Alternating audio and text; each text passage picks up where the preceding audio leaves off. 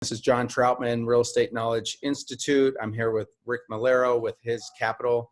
And we did a webinar a few weeks back and went over a lot of this content. And we had an overwhelming amount of people reach out and ask if they could have it. So this time we've gone through and we're going to record it because we did get a lot of people. So we're doing a follow-up as well because we said we would follow up with what we're seeing in the market, what's going on out there, and kind of help you guys navigate through it. Rick, from the lending side, could get into, maybe we're going to touch on a handful of deals and do some analytics, correct? Like just yeah, we will. I'll even show you a few markets for sure. That's perfect. So we'll go through that, and then again, Rick is a strategic partner with us. He's a REKI team member. He's an investor first, right? That's how we all start. But lender, he's one of our main lenders here at REKI. So if you guys have a deal that you guys need funding for, maybe you could go through some of that as well. You guys should be sending your stuff to Rick and his team. They're lending. A lot of people are not. They know what to look for. They have guidelines. They're not restricted like a lot of people. So anyways, with that being said, Rick, I'm going to turn it over to you. Again, I appreciate you taking the time to follow back up with us, our students, other team members that are on this call, and the people that will be watching this in the future as well. So thank you. It's an honor to be here, man. Like I said, I love working with you guys, and we have a lot of synergy and long-term stuff going on. So yeah, so for you guys, obviously, if you've watched this before, I'm not going to go too much in depth on each and every one of the slides. In fact, I'd like for this to be a little bit more interactive with John and I and you guys even. There are a lot of changes since even the last conversation. I feel like with this coronavirus, things change almost by the hour in some instances. And so what I'm going to do is share some stuff to give you perspective, and then we're going to dive into some things. And then towards the end, or whenever you guys want, we'll start going into a couple of markets that some of you guys requested we analyze. So we want to show you some of that and give you perspective. So with that said, as John said, I am a real estate investor first, and we also do private lending. It's one of the businesses that we have. We are literally in the moment getting the final stages so that our third fund will be active. That fund we're excited about because it does a little bit of everything. In fact, it'll be funding projects and partnerships with John, doing commercial, residential, and the best thing, it's a Reg A offering. So for those that don't know what that means, basically that gives us the ability to raise capital from both accredited and non-accredited investors, and people can jump in with as little as $5,000 and be a part of these $1 million deals we're doing. So super excited about that. That's on the way. So now, past my shameless plug, let's talk a little bit more about kind of what's going on. And so what a lot of people come to me and they start asking a lot of questions about what's going on in the market, and especially when the coronavirus hit, the first thing that I wanted to do was to go back into history and say, is there anywhere that we can learn from the past to really gain perspective on how to deal with the future and where we're at right now? And so we immediately got on the phone with our economist, and I mean, he's blowing my mind right now with more data that we're looking at. But what I want to show you is, in doing the research, and this is a visual I want to show you, what you're looking at in this screen right now is literally a visual of, I'm going to try to move this here so you can see it, of some of the historical data that we have found of economic corrections. This doesn't necessarily mean pandemics, but what I want you to see is that if you look at real estate and if we look at the markets over time, what you're going to find is that historically there are always cycles. There are always going to be cycles. There's going to be times where we have good times, and there's going to be times where we have droughts and bad times. And so the reason why I want to give you perspective is let's go back in history for just a minute. The very first correction in history that we found was in 1797. And I don't want to go into too much detail on all the history. The next one was 1857. 1873, believe it or not, was actually considered the Great Recession, which, funny enough, it wasn't changed till 1929, where they called it the Long Recession. So this was a major economic failure where banks failed, you name it, a variety of things happened, from financing a lot of shaky railroad transactions from speculation. So now we go into 1893, 1907. So I think you guys are getting the gist of the fact that history is showing us a pattern of corrections over the years, most of which have to do with debt. So I'll just leave that there for a minute. Then we go to 1918, and this is for a minute where I want to pause. The reason why this is important, and later on we'll talk a little bit more about this, is because during 1918, there was a massive market correction, which literally was followed by the end of World War I. But what made this particular situation a little bit more interesting was the fact that not only was there an economic collapse, but there was a pandemic, which funny enough, it's not funny really, but literally the people that, if you look at the actual kill rate, if you will, on the coronavirus versus this scenario, it pales in comparison. So the pandemic that took place in 1918 literally came from the actual, it was a flu, the very first flu from some of the soldiers that came back from World War I. That pandemic spread, which was called the influenza virus. It affected over 500 million people. And literally at that time, that was a third of the world's population. And that also represented about, I want to say it was a total of 50 million people that passed away. So just to give you perspective, that's a massive number of people that died. Now, the reason why I wanted to highlight this, because we're going to talk about that a little bit more, but guess what happened after this got under control? The market grew. Things started growing again. And then yet again, a decade later, in 1929, then we have the Great Recession. Now we'll fast forward. You'll keep seeing the trend, 1945, 1949, 1953. Now we fast forward to 2001. 2001, yes, was another correction, but this one got hit 3 times, and it started with the tech bubble. It then followed by 9/11, which we had an actual terrorist attack that nobody even accounted for. And then by 2003, the SARS outbreak takes place. That created an economic correction. Once again, here we're dealing with a pandemic. Luckily, it didn't spread nearly as much. It only affected over 8,000 people, and we were able to take control of it. But the reason why I'm giving you guys this information is I don't want to give you a whole history lesson. I want to give you perspective. And the most important thing I want you to see is even though, yes, we're going through very tough times, this too will pass. And so the most important thing for us to understand is that if we know that in mind, then we can start positioning ourselves to survive here and reposition ourselves to thrive so that when the market picks back up, we're the ones on top. We're not the ones in bankruptcy, okay? So now if we go here to, we have 2008, one of the worst housing crises, and now we have 2020. This is the coronavirus. This is the only pandemic or the only economic recession that we have seen in our history that was only caused by our own self-afflicted stopping of doing business. And so that's really one of the things. And John, I don't know if you want to chime in on this, but I just wanted to give people a picture, first of all, of the history of what's going on, and that we have so many things to learn from these particular 2 corrections that we're going to use a little bit later today as we talk about it.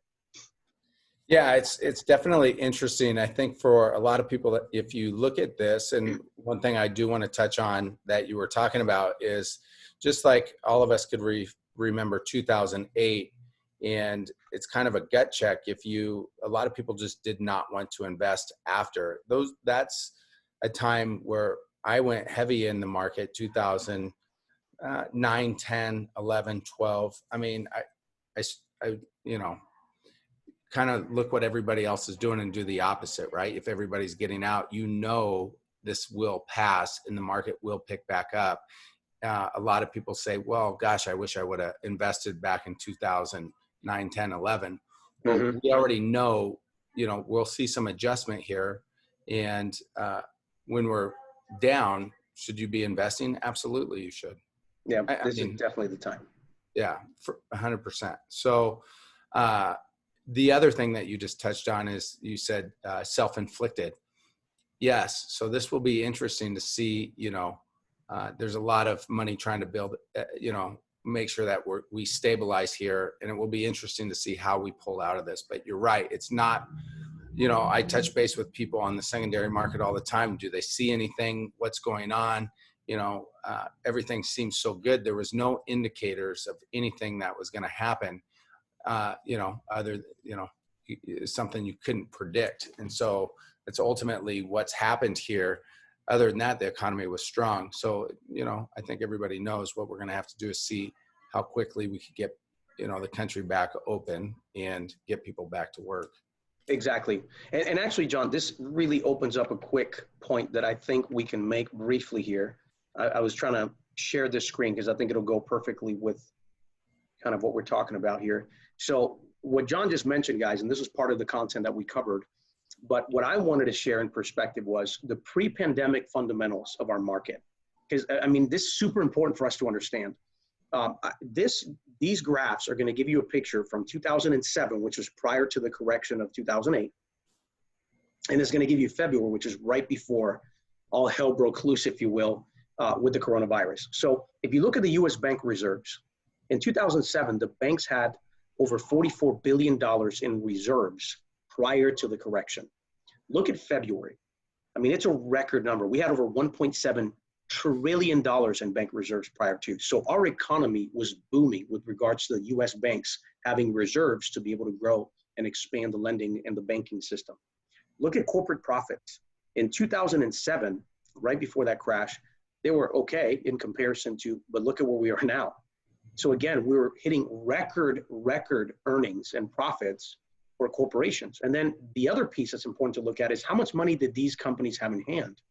And if you look at 2007 in comparison to where we are now, I mean, it's insane, the amount of cash in hand. And so the core fundamentals of corporate profits, bank reserves, and corporate cash in hand was literally at a record time. So we literally had an economy that was starting to roar and going in the growth stage, and then we get hit by this pandemic. So while we don't really have a lot of perspective with regards to how long this correction will take, the reality is we can say that with certainty, this was not caused by some core or bad fundamentals in our economy. So now it's all about just trying to figure out how do we position ourselves and how do corporations begin to reposition themselves to survive and begin to thrive as the market comes back and the government opens up our marketplace.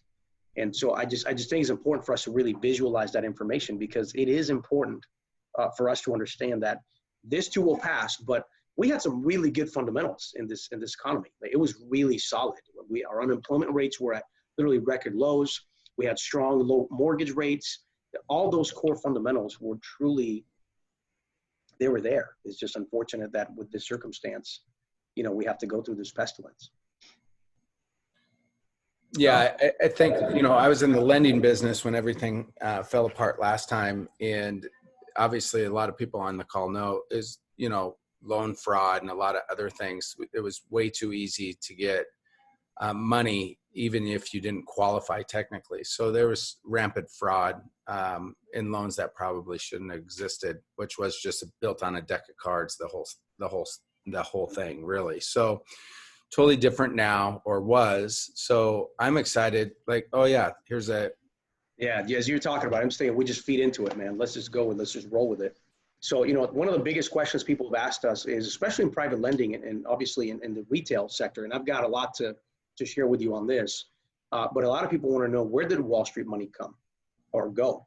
And one of the biggest points that I want to make here for those that are maybe newer here, if you're experienced, you know what I'm talking about. Before 2015, hard money or private money was exactly that. It was private. And that industry was maybe hundreds of millions of dollars, not billions. And so when you take a look at that market prior to 2015, what started happening is that during the downturn, as the market started getting saturated and we started getting growth stage taking place, Wall Street was looking for a place to park their money. And so by 2014 and 15, they had already realized that fix and flip money or private money was an amazing investment. It had low loan to values, super high interest rates, and it was a great bet for them. So that's when by 2017, you start seeing these kind of ads here that said fix and flip, mortgage bonds, Wall Street's new housing bet, right? These guys started doubling down. And before you know it, within just a couple of years, Wall Street, through a variety of different entities of theirs, began to go to companies like mine and said, hey, you got a nice shop, you're doing a lot of business. What if I gave you cheaper capital or bought paper from you to liquidate so that you can triple or quadruple your business? And so before you know it, all of the lenders in the marketplace who obviously wanted to do more money and grow their business ended up taking money from Wall Street.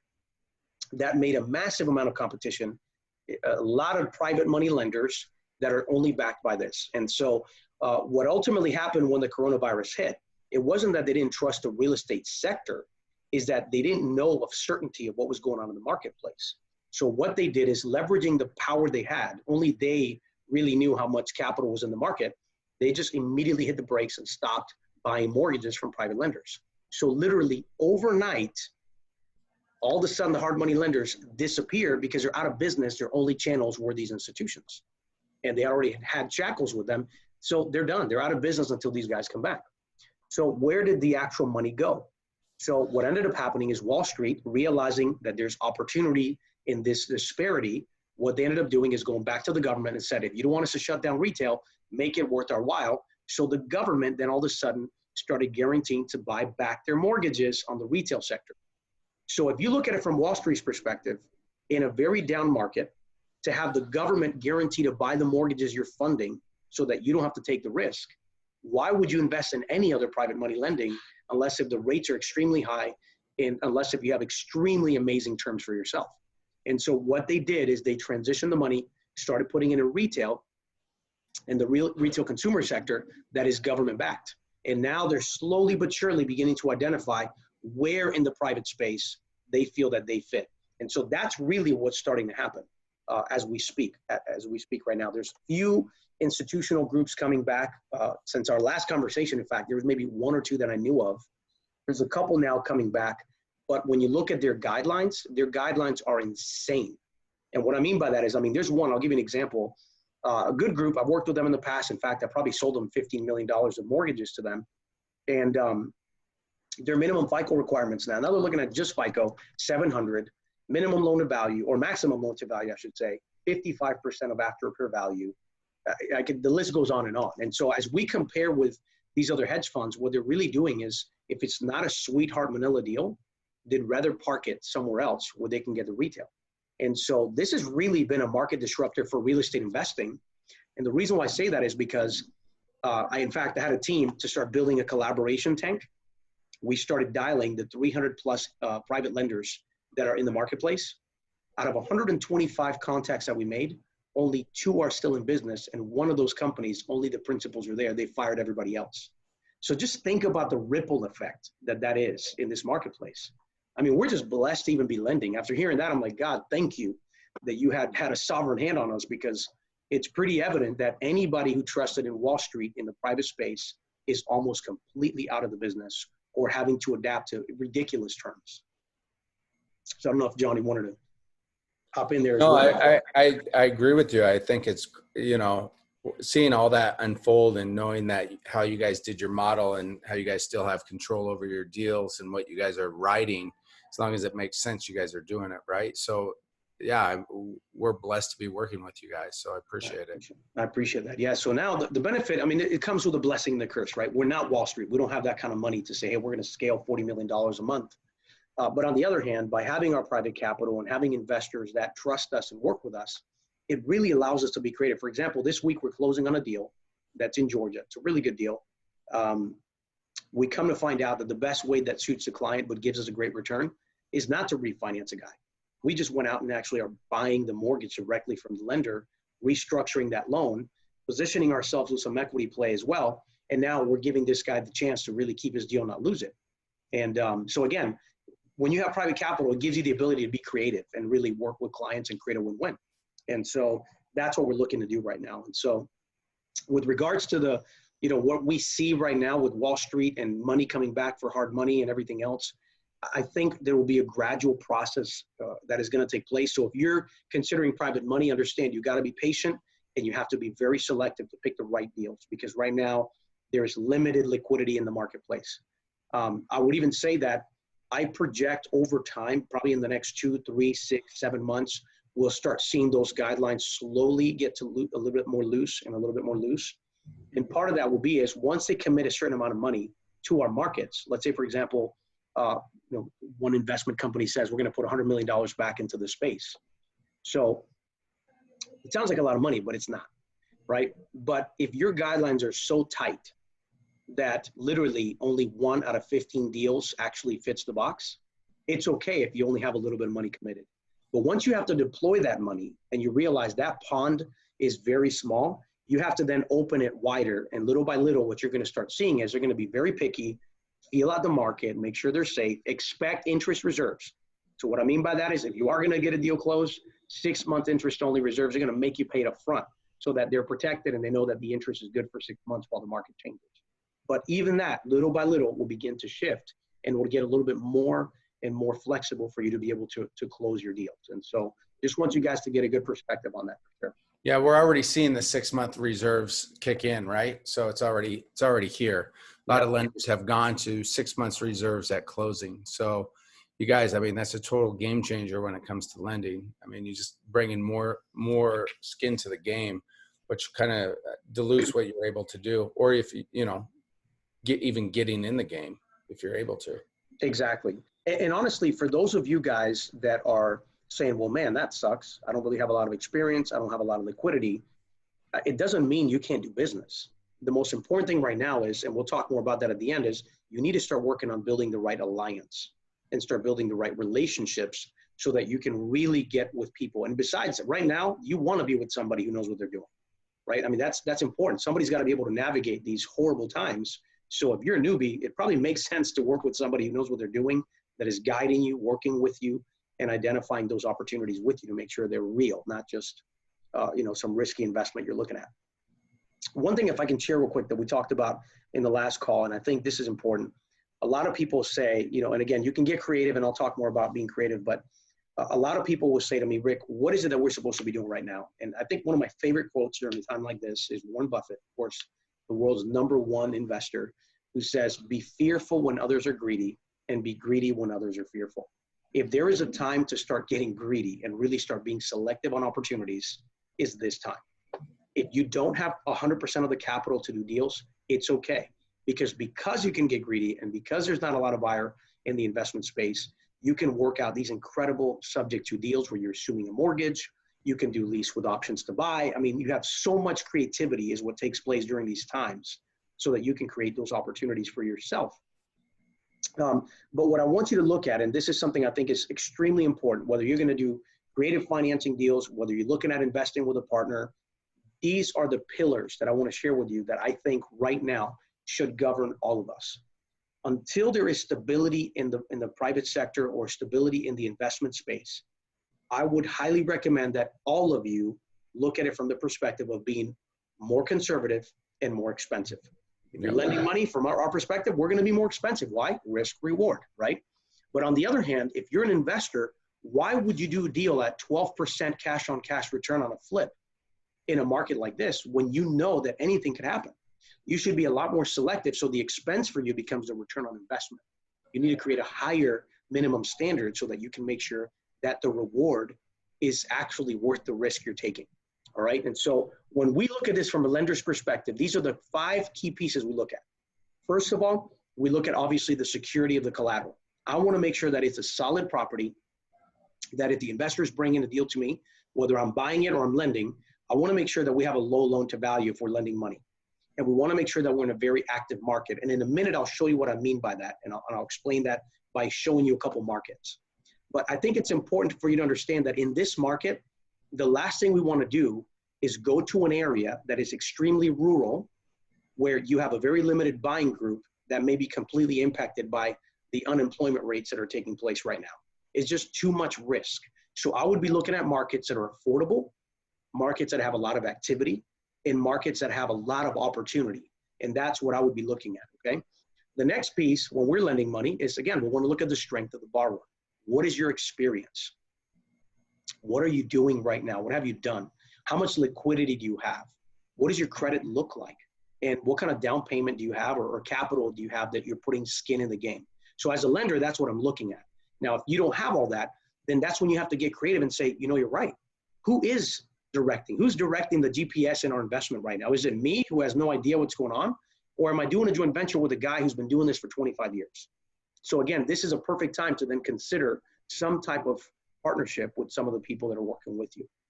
The next piece for me, again, and I'm looking at this for every single deal we do, is does the property have multiple exit strategies?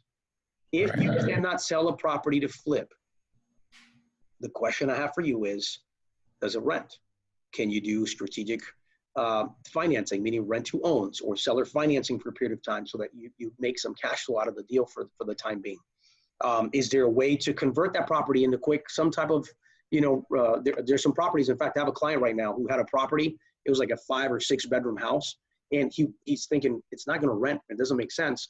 But I know a lot of people are struggling. So he literally spent like $7,000 in furniture and he's leasing every bedroom. Well, now all of a sudden, people are getting affordable rental properties in the longer term, or at least on a month-to-month basis. But now he's got cash flow, right? So he was able to consider other exit strategies during the time that he's struggling so that he can reposition that asset and make it an asset, not a liability. So again, we want to be able to see, does this property offer more than just a flip, for example? The next one is terms. Anything that I'm doing, I'm analyzing. Even if I'm willing to hold it long-term, I want to know, is it a shorter term? If I'm loaning money to somebody, I want to know, I'm giving you 12 months, perform, and then we'll talk about an extension. Why? Because I want to keep a really tight leash on whether this asset is going to move or we have to get creative and reposition. It's just a matter of understanding where we are in the cycle. And then lastly, that's when I look at risk versus reward. I'm looking for the higher return. Now, the point I want to make, and I want to really make an emphasis on this, first is my money safe? If you really take a look at it. 2, can I trust the operator? 3, then what's my return? So notice how I'm not caring as much about the return as I care about the security of my principal, and as much as I care about who I'm doing business with. So it's important, guys, to understand that it's not about offering somebody a 40% return on their money. It's about making sure that their money's safe. So if you're working with these partners that are going to joint venture with you, number one thing is the money safe? Number 2, can they trust you? Then we can talk about the return on investment. And I think that's a very important point to make for those of you that are considering syndicating or partnering with investors to do this. So John, I don't know if you want to chime in on that. Yeah, I mean, for sure, you guys, this is a time that you should be a little bit more or a lot more conservative in the way that you invest or think. And some people I see still chasing the deals. The market's changed. It's already changed. So if you're getting in a deal now and you're flipping it, you got to look, 3-4 months down the road and what you're looking at. So if the margins are too thin, I think you use 12% cash on cash. Like you have to be more conservative. What I'm doing currently in commercial is I'm locking stuff up. I'm pushing it out, right? My closes out, my due diligence out, everything out. So I could, time is on. Every day I get in addition to is in my favor. So I'm just being very conservative in the way that I invest. I'm a conservative investor anyways. I don't want to lose my money, my investors' money, whoever I'm working with. So we have a tendency to make sure the deal is super solid before it has multiple exit strategies, and we're buying it right.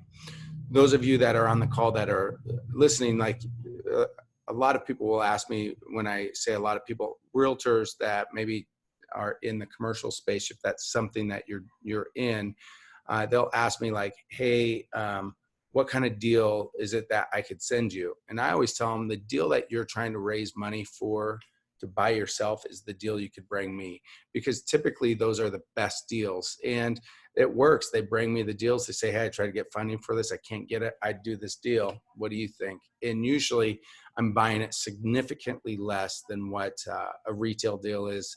It's probably some sort of pocket listing as well. And then I'm still negotiating terms on it. So that's happening right now too. There are seller financing is back, you guys. Not that it's ever gone away, but I'm just like, look at the marketing out there.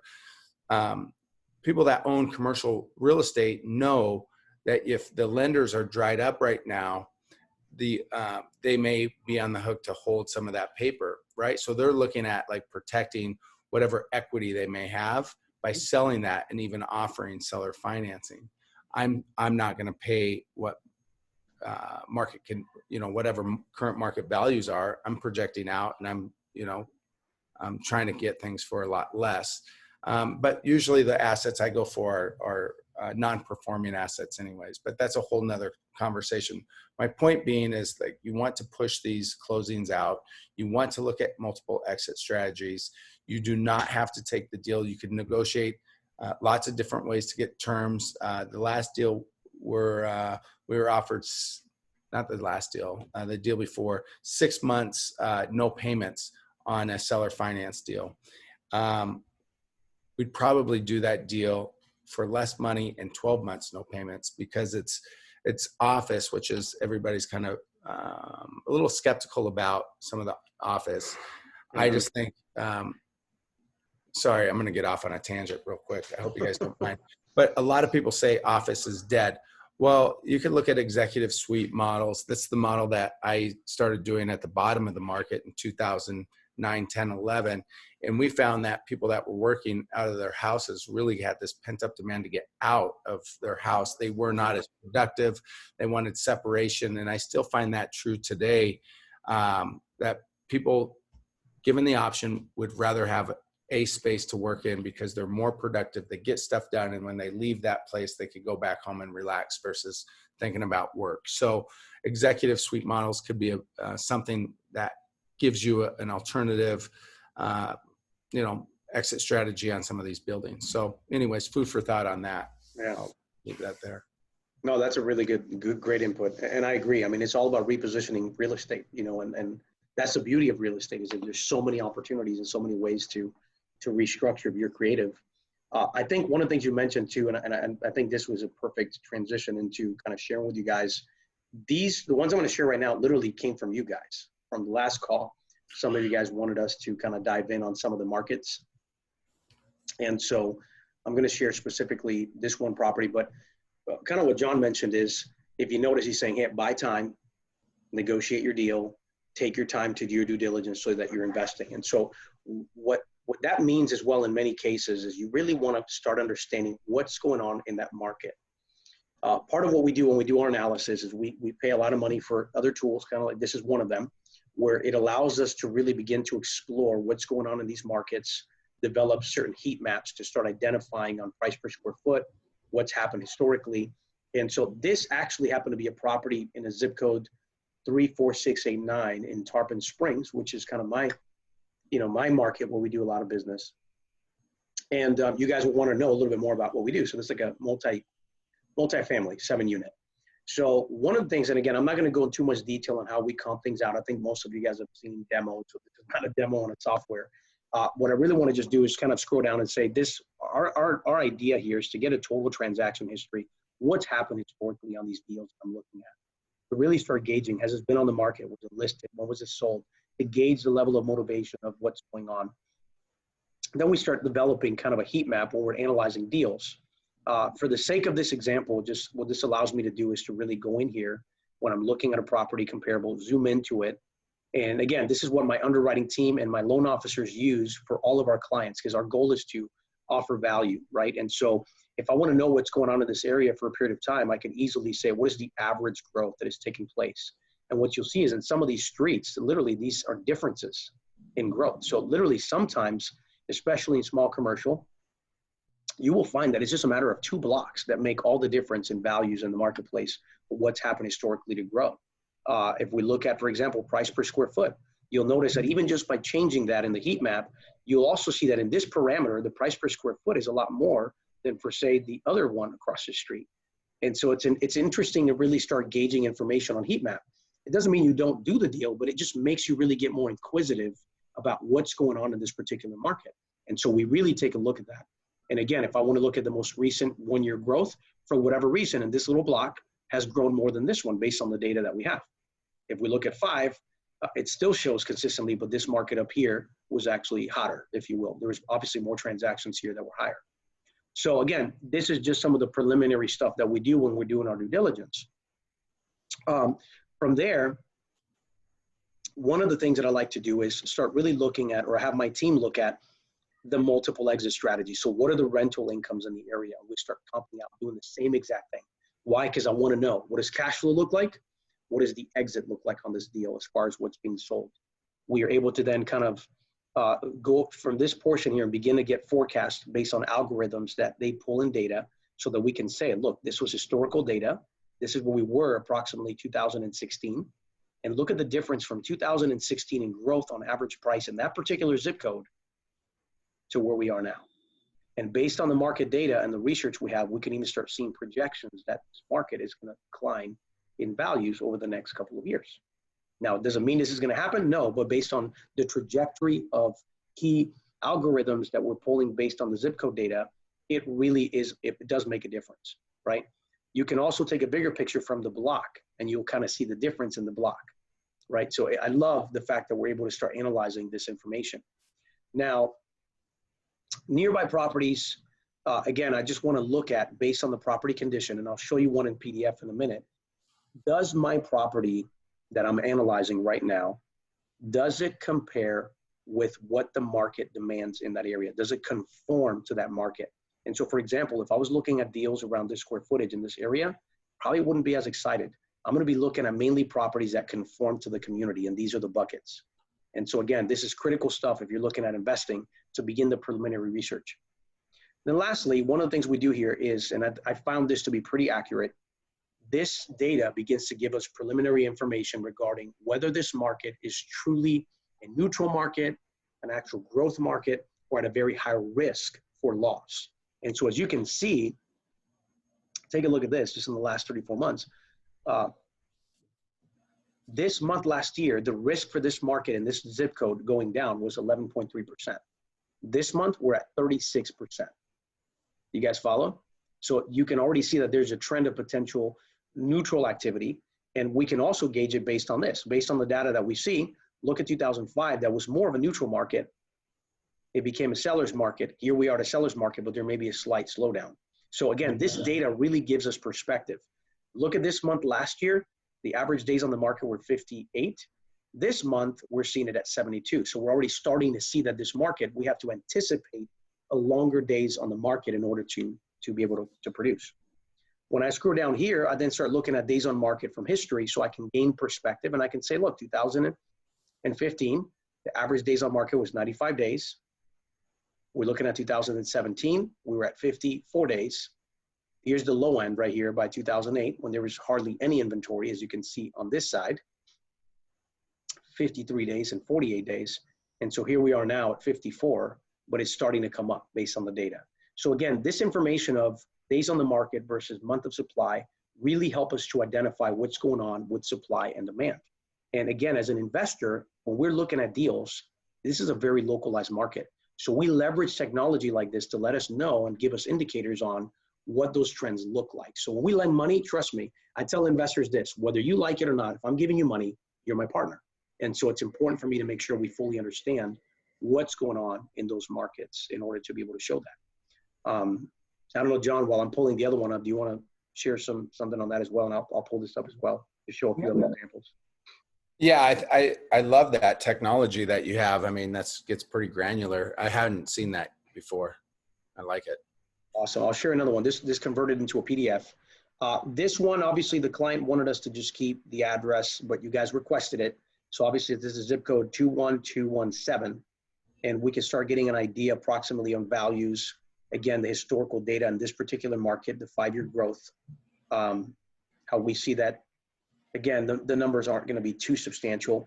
When we scroll down for comparables, again, now we can get a better visual of the comps in that marketplace based on the subject property so that we can gauge it. This is what the report looks like in PDF. So we're able to really get a good picture of what did it list for, what did it sell for, and you'll start getting some visuals here. Like, for example, I don't know if you've noticed here, most of the transactions here listed at a certain number, most of them sold for less. So those are little things that our team would look at and say, hey, just an FYI, I know you're thinking this isn't a value of whatever, $380,000, but the last couple deals that I've seen went for $370,000. Well, the reality is they sold for less. So just keep that in your anticipation because it appears that these markets are having slightly, some issues. We look at recent similar comparable sales as well in the last 4 years, just a year or so, just to get a picture for what's happened. We look at active deals on the market as well in that area. Why? Because I want to see days on market. Here we go again. See this? We can start looking into individual deals to find out why are these properties not selling? Is it just that somebody's completely overpriced, or is this something that I need to worry about when I buy this property? So again, these are the tools that we try to leverage to really get the historical data of what's traded, when it traded, are we seeing the trend going up? Does the property conform as far as living square footage, as far as the site area, and also the bedroom counts. So this will be on the higher end of the back of the bucket here, but again, it's still conforming. If you were telling me 9 to 15, I'd be like, I don't know, we're getting the big house in the little community, probably not a good deal to consider. Right. And lastly, again, in any market. Exactly, absolutely. So here's this one. What you'll notice here is, remember the last one, it was still technically a seller's market. Notice how this market already is neutral based on the data we're seeing here. So obviously transactions have slowed down, which is interesting to see. And then the risk has gone from 15% to 25% from the same time last year. So again, those are things that I want to know. Still technically relatively low that this market will collapse, but again, it's a neutral market. So that means we have to be way more aggressive and more conservative on our exit strategy if we're planning on selling the property. And then again, here's another one. This is another one in California, 94518. Same thing. Look at this historical data showing graphs, average in California, average price. So you can see the differences here. And I'm just going to scroll down. I think by now I don't have to show you about comps. You kind of get what I'm looking at. But when we get to this analysis, look at the risk here. Notice how technically it's still a seller's market, but it's dropping. Days on market is growing. And look at the risk. It's starting to transition now almost into the yellow. So again, telltale sign, this market might be way overpriced. And little by little, this might have a bigger impact in this market, for instance, than it would in the Tampa market, which we just looked at. So again, I wanted you guys to see this as more of a modest. These are the pieces of information that we use in our preliminary research to determine what we need to do to this deal or how conservative we need to be when we face the project. And so again, it's just tools and resources that we want to share with you. We want to teach you and show you what we look for. But as an investor, guys, it is imperative. You can make money now, but you have to be wise with the activities that you're going after. And one last point, John, if I can make, that I tell people here on this stuff is, when you're going to go raise money or bring a partner that's going to become your partner, or you're going to a lender, if you spend the time to really analyze your deal and you know it's a good deal, it's not a money issue. You're able to come to them with a professional presentation. They see the value. They see that you've thought this through. That's how you sell an investor. I mean, think about it. If you brought this to me and you showed me why the risk, how you're hedging it, with all the numbers tied to it, I'm going to be 10 times more open to working with you and giving you that money than if you just send me an email and you say, hey, check this deal out. Tell me what you think. Do you see what I'm saying? So again, as you guys are presenting this business to your clients or your investors, as you're trying to do these deals, do your due diligence. Really put something together that will show the investor that you're trying to protect their money and that you want to make sure that you guys are going to make money on those deals. Yeah, absolutely. That's a good point. People are out there, they want to lend money. You just have to make it compelling. You have to have the right to be able to articulate it and show people their returns and comps and exit strategies. So it's important to have all that stuff. Mm-hmm. So is that, did we go through, there was a couple properties. We did one in Florida, one in Baltimore. One in Baltimore. We did three. One in California, Florida. Oh, got it. Yep. You're right. Sorry.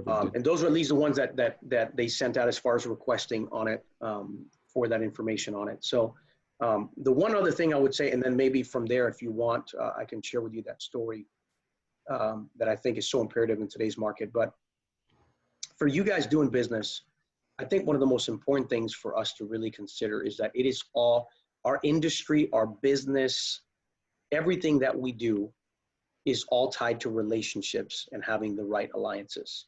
You get access to deals because you have the right relationships when you're sourcing. You get access to funding because you built relationships with those people. You get access to pretty much anything in life because of your contacts. I mean, that's what it comes down to, right? So it's important that if you're going to be an investor, this is the time for you to really start thinking about strategic alliances. And I like sharing this story because I really believe it's perfectly tied to that. And so what I want you guys to visualize is just I want you to meet real quick this gentleman. It's an ex-US jet fighter pilot, and that was in Vietnam. His name was Charles Plum.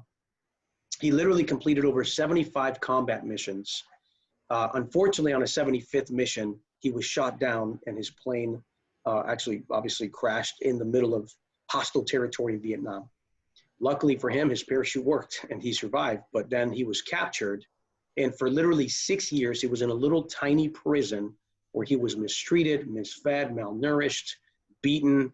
And for the entire time, as he tells his story, he really struggled in his mind to be able to survive under these hostile conditions and fighting the fear that it would just be at any minute, any day, they're going to come here and kill me. And the way he fought that was by basically saying, my brothers and sisters in arms, they know where I am. They're going to fight and they're going to get me out of here. And that was the only hope that he had. And every day, the moment he struggled with the thought, he again would go through his rigorous process every day of trying to do push-ups to stay active and doing his little workouts and speaking out loud, my partners will have my back. And sure enough, America behind the scene was working extremely diligently to rescue this man. And thank God they did. They bartered, negotiated, and they finally brought him home where he belonged. So now the very first week of him actually being at home, he started trying to go to his normal, which if you can imagine after 6 years of hell, it's pretty hard to go back and acclimate to going to your little coffee shop to sit down and appreciate life. And so what Charles did, he went to his little traditional place. He sat down to have a little bit of dinner, have a little coffee. And as he's sitting there pondering the circumstances and looking at the contrast between his previous life in Vietnam and where he was, a gentleman walked by and said, "Hey, you're Mr. Charles Plum." And he's like, "Yes, I am." And he says, "I guess it worked, didn't it?" And he's like, "What worked?" And the gentleman said, "Well, your parachute, you're obviously alive. You lived through that crash. Didn't your plane crash?" And he's like, "Yes, it did." And so by now, obviously, Charles Plum is a little bit curious, like, first of all, who is this guy? How does he know me? And how does he know this happened?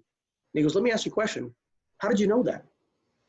And the guy turned around and said, "That's easy, because I packed your parachute." And the question that I want to ask each and every one of you who are here within the sound of my voice is, who is packing your parachute? At the end of the day, guys, everything that we've been telling you is we're investing in you. We're trying to challenge you to be better, but it's all about who is in your team. Who is your strategic alliance that's going to help you to get through it? So I want to challenge you, just like this gentleman here who learned a lot of lessons from this gentleman. Here's a guy who was in his alliance that he didn't even know existed, who became extremely invaluable. And he's here today because that guy cared about his role of packing parachutes for these men. So it is imperative for you to start really considering, who's in my team? Who can I work with that I can trust so that together we can navigate through our investments? And I hope that you'll see that REKI is one of those incredible alliances that you have, that you can draw from experience, you can draw from knowledge, and you can draw from us to help you to become more successful in your investments. But keep that in mind, guys. It's not a one-trick pony. It's not about who's the strongest makes it. It's about who has the best team that's able to pivot and make the changes when the market changes. And so I really want to make sure that you do that. And how we're doing that for us, so that you know, we've started developing lender local alliances. So we're connecting with other investment companies. We're actively reaching out to find out who is active in the market. How can we draw data from each other? How can we help each other be successful? We're building new referral partner portals, which in fact, I don't know if Trent, but probably just so you guys know, if you want to become a referral partner and get paid to bring us business to either fund or buy, we'll give you an actual link that can be sent to you, and it'll automatically track every deal you send to us for funding. So again, or any clients that you might have that want to borrow money. So we've built that out. So that's what we've been doing during this time. During this time, instead of running away, we're tweaking, perfecting our system. So now we have a full tracking system, and we're developing our acquisition and disposition team so that we can get better and more productive at what we do. Why? Because alone we can do so little. Together we can do so much. And that's really what I'm hoping all of you guys really get from this whole discussion. The storm will pass. The question is, what are we going to do now to position ourselves to thrive during these times and be here on top when the market changes? John, if you want to. Yeah, no, I appreciate that. It's true. Like making sure that we're all connected, networking. The people that are in the REKI community know that they could leverage other people in the community. There's, everybody, including myself, as a team member. It's not just one person sitting there telling you this is the way it needs to be, but there's multiple people that are educators and experts in their field.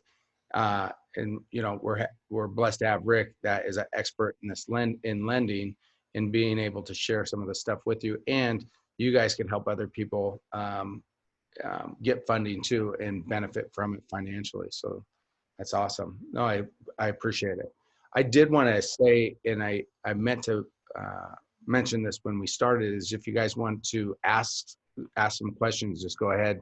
We'll open it up to Q&A for the next few minutes. I know we're closing in on an hour, so we'll try to keep that there for you guys. But I noticed there was one question. I answered it about just analyzing Palm Beach, Florida, which we could look at next time. I mean, we're doing these calls, so it takes a second to pull that information, you guys. So appreciate it. We've noted that. Mm-hmm. Yeah, we'll definitely help with that for sure once we get some of that information from you guys. Another thing that I would recommend for you guys, if you have questions, and I'll just post it on the, like in the chat, I'm going to give you a link that if you fill that form out, basically what it will do is it'll automatically give you additional resources regarding, and actually, I don't even know how to share that with everyone, actually, now that I think about it. I'm trying to look at the, I think you could show all, correct? it's saying all panelists, though, is the only thing. So here's what I'll do. I'll put it here, and then if you guys, just in case it doesn't get there, you guys don't get it, feel free to get it. If you fill that out, that form out, what it will do is it'll send you the most recent forecast from our economist. It'll also give you some additional resources of how to tap into government capital to put oxygen in your lungs. And again, we'll follow up with an email because I know that Trent from REKI has already some of the information regarding your affiliate tracking link, so that if you guys want to generate some revenue by just tagging on to what we're doing, we want to make sure you're covered. We want to make sure that we track that business. So that's why that's so important from that side. But yeah, if there's any additional questions, this is the perfect time for us to jump on and answer any of those questions that you have. Yeah, there's, sorry, there's another, just as far as like doing analyzing on another, excuse me, location, but that was awesome. But yeah, we'll have to look at those at another time, you guys. It takes more than just a second. Yeah, I mean, I could pull something. If you have an address, just have them read it to me, and I'll try to pull one up real quick if that's because that's what everybody wants. I'll try to. I mean, I may not be able to do a deep dive, but at least I can show you a visual of what that market looks like. So sure, I mean, it seems like that's what everybody wants. So they don't see. Hold on, let me see if I could. I'm gonna just share this. Michael's saying that they can't see it. Michael, yeah. Can you see it now?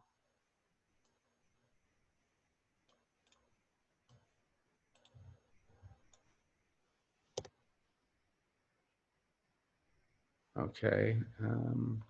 Okay, I see the address. So I can, in the meantime, I can try to pull up. So just to clarify, so we're looking at 234. That's just a zip code, right? Yeah, we need an address. We need a street. We need a street just so I can, because I need to get it as close to the street as possible for this data to really be effective. So if you want to just plug in an address. Yeah, and again, I don't know, John, if you just want to copy that link and put it in there, whatever. So like. I've done it a few times. It's not necessarily showing. Okay. If we have your guys' email, we could send that out as well. So here's one, 2221 Sun Vista Drive, Virginia Beach, Virginia, in the zip code is 23455. Yeah, just let me know. Sorry. Give me just one second. We'll just do one of these. Like if you guys want to, we're capturing this, so we'll come back. And then if you guys are not getting the URL, it's rickmalero.com/forecast. Yeah, just make sure you put www. I don't know why it's acting up. Okay, I'm pulling it up now, so just give me 1 second.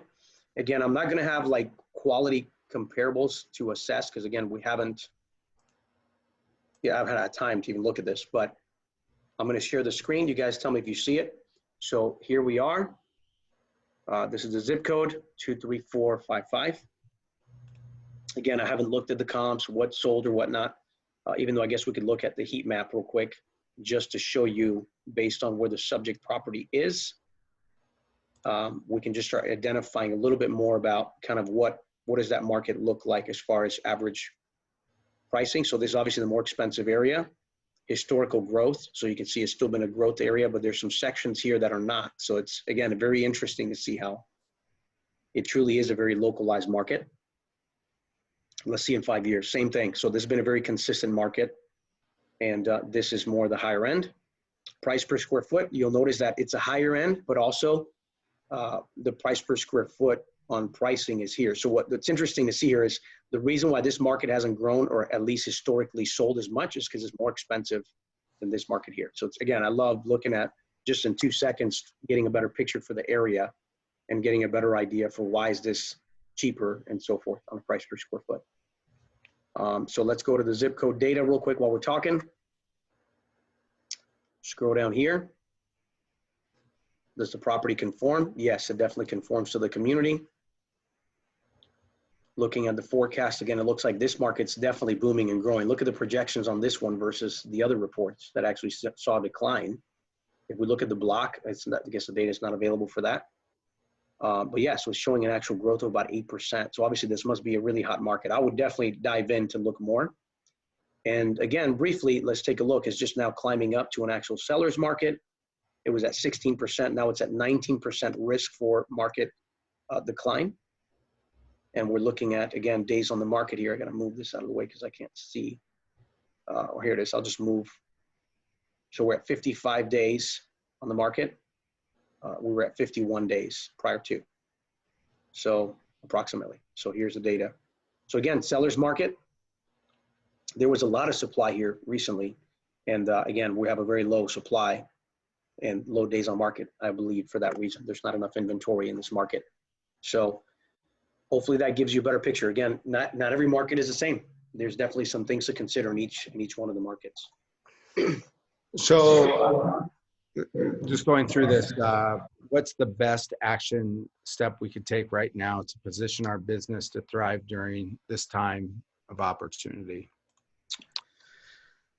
I mean, there's a couple of things, obviously, and it's kind of a loaded question because it depends on where you are financially, where you are, when your strategies are. I mean, what I would literally try to look at is minimize the amount of debt you get into as far as your personal debts. I know it's hard to say during a really tough time, but there are a lot of still some capital from government programs, unemployment, and a variety of different ways that you can still get kind of some government assistance for support. I would say that in this market, even though private lending is very important for investors to be able to get capital to do deals, I would highly recommend that if you're going to raise money, bringing a joint venture partner is important. Or, and it's all about securing your money, is what I'm basically saying. Make sure you have capital to transact. If you don't have a lot of experience in raising money and you're kind of concerned about kind of what's going on, what are the risks associated, another thing I would highly recommend is that maybe you start building an alliance where you do a joint venture where the investor owns the property. So they never loan you the money. They buy the property. You're their joint venture partner. You just record that joint venture. Again, I'm telling you that if you want to reposition yourself, you need money. So you need to find alliances to help you to get the capital so that you can find the business and opportunities. And so again, it depends on what tier you're in business. If you don't have any money and you don't have any investors, then align yourself with investors that you can start sending them opportunities and projects. I'll give you an example that actually has worked in this market. If you're a wholesaler, and this has really, really been effective. I've got 3 clients right now that we used to do deals with, but 90% of their buyers disappeared. So they're like, how do I wholesale when nobody's buying? I'm putting properties under contract. I'm losing earnest money deposits. So what a couple of these guys have done, which is really smart, so this might help you right now if you're considering, and I'm trying to hit all these buckets, is to position themselves to win right now. What they did is they started focusing on advertising to investors to get cash buyers by putting bandit signs in local areas and so forth. Then they qualify the investor and say, listen, I'm going to basically become your secret shopper.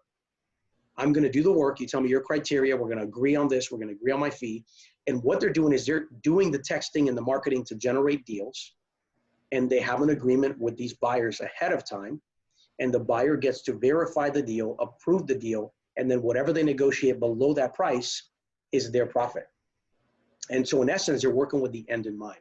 So that may be something for some of you. If you don't have the money right now to buy, you don't have the confidence to raise the money, you can still make money by shopping for a buyer and working directly with them because they don't have time to be looking at deals. So you become an asset to them. So that's what I would be doing right now, is finding where you fit in the box and make sure that you're a part of the transactional part, because that's where you make money. You guys just kind of touch on that. Also, sometimes there's other ways to get into the market and take advantage of it. I don't know if we talked about it last time, but I am talking to people about it daily, or at least a few times a week. Mm-hmm. Wholesale lease options is another way for you to get into, doing transactions in a market. Let's go back 3-4 months. It didn't exist. It's when we go through a correction or an adjustment in the market, or even a flattening of the market, when you could take advantage of those. So something to look into. If you want to inquire, you could send myself at email or someone at the team, if or on here, you could email me at john@realestateki.com, and I could get you more information on that. But yes, the big thing, like a lot of us are still doing, going in, doing fix and flips and stuff like that, investing, even finding some of the long-term holds, because there's going to be some deals to be found here, you guys. So if you could find that money and put it to use and have a long-term investment, great. I mean, there's a lot of deals out there if you're able to reposition them. I'm looking daily right now, daily. So, but I did want to touch on wholesale lease options just because it's got its time and place. And I think right now, with what's going to happen in the market, if you guys start learning it, you could take advantage of it when we see that shift. So I don't think it's a bad way for you guys to invest your time. Exactly. Yeah, absolutely. I think, I mean, and even that's part of why we were trying to develop our referral partner program, because at the end of the day, when we're working with investors, let's say you're like, hey, I've got a client who needs a deal, but he can't buy it. He doesn't have all the cash, but he's willing to financing. Find areas where you can get paid, get paid to help close a loan, to close a deal, or to bring a deal that if we buy it and we pay you, I mean, that's just another alternative for you to make cash, even if you don't have the cash right now to transact. And that's the key, is just find who's doing it and find where that money, I tell people, find where the money's flowing and get a piece of it. Yeah, absolutely. Well, hey, Rick, I appreciate your time this evening. I know it's later over there. So those of you on the East Coast, thanks for sticking with us.